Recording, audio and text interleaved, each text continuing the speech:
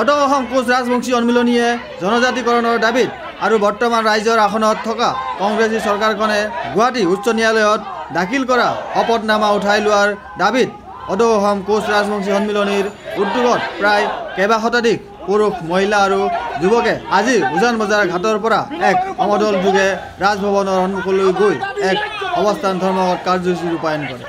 গতিকে আজিৰ এই উক্ত অৱস্থান ধৰ্মঘটত সন্মিলনীৰ কৰ্মকৰ্তাৰ উপৰিও মহিলা সন্মিলনী আৰু যুৱ ছাত্ৰ সন্মিলনীৰ সদস্যসকলে অংশগ্ৰহণ কৰে।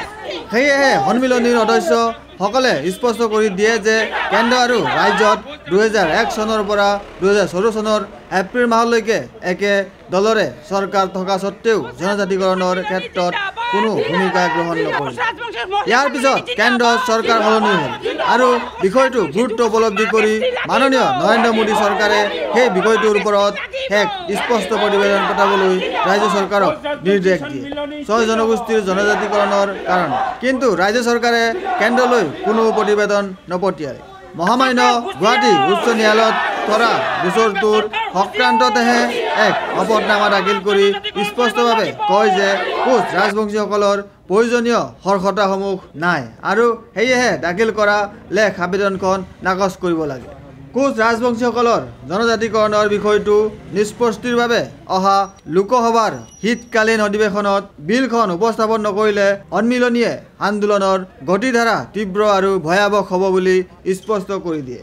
লগতে এই অৱস্থান ধৰ্মঘট স্থলৰ পৰা সন্মিলনীয়ে এখন সকলো নথিপত্ৰ সন্নিৱিষ্ট কৰি মহামান্য ৰাজ্যপালৰ ওচৰত এখন স্মাৰকপত্ৰ প্ৰদান কৰে। গতিকে আজিৰ এই ধৰ্মঘট স্থলৰ পৰা জনজাতিকৰণৰ দাবী আৰু ৰাজ্য চৰকাৰৰ বিৰুদ্ধে সমালোচনা কৰি সভাপতি দেৱকুমাৰ শইকীয়াই কয়, চাওক, আমি 1967 চনৰ পৰা আমি ইমান দিনে চালোঁ, কিন্তু আমি ওলাই আহিছোঁ এতিয়া হয়তো আমি মৰিম নাইবা আমি জনজাতি কৰিম। কাৰণ এটা জাতিক তিলকৈ লাঞ্ছিত বঞ্চিত অপমানিত কৰিছে আৰু কংগ্ৰেছ চৰকাৰৰ কথাটো আপোনালোকে ইতিমধ্যে গম পাইছে। সকলো ক্ৰাইটেৰিয়া ফুলফিল হোৱাৰ পিছত এটা জনগোষ্ঠীক জনজাতিৰ মৰ্যাদা দিবলৈ হ'লে 5টা ক্ৰাইটেৰিয়া লাগে। সেই 5টা ক্ৰাইটেৰিয়া ফুলফিল হ'ল বুলি ট্ৰাইবেল ৰিচাৰ্চ ইনষ্টিটিউটে কৈছে, ৰেজিষ্ট্ৰাৰ জেনেৰেলে কৈছে, নেশ্যনেল কমিশ্যনে কৈছে, অসম চৰকাৰে কেবিনেটত সিদ্ধান্ত লৈছে, এছেম্বলিত অসম চৰকাৰে এছেম্বলিত সৰ্বসন্মতভাৱে সিদ্ধান্ত লৈছে। আপোনালোকে আচৰিত হ'ব যে আজি কিছুদিনৰ আগতে তেওঁলোকে এটা সৰ্বদলীয় প্ৰতিনিধি দল গৈছে এটা 6 জনগোষ্ঠীক জনজাতিকৰণ কৰিবৰ কাৰণে। But at the same time 2013 চনত জনজাতিৰ মৰ্যাদা পাবৰ কাৰণে গুৱাহাটী হাইকোৰ্টত এটা কেছ কৰা হৈছিল। অদৌ অসম কোচ ৰাজবংশী সন্মিলনীৰ তৰফৰ পৰা এটা কেছ কৰা হৈছিল।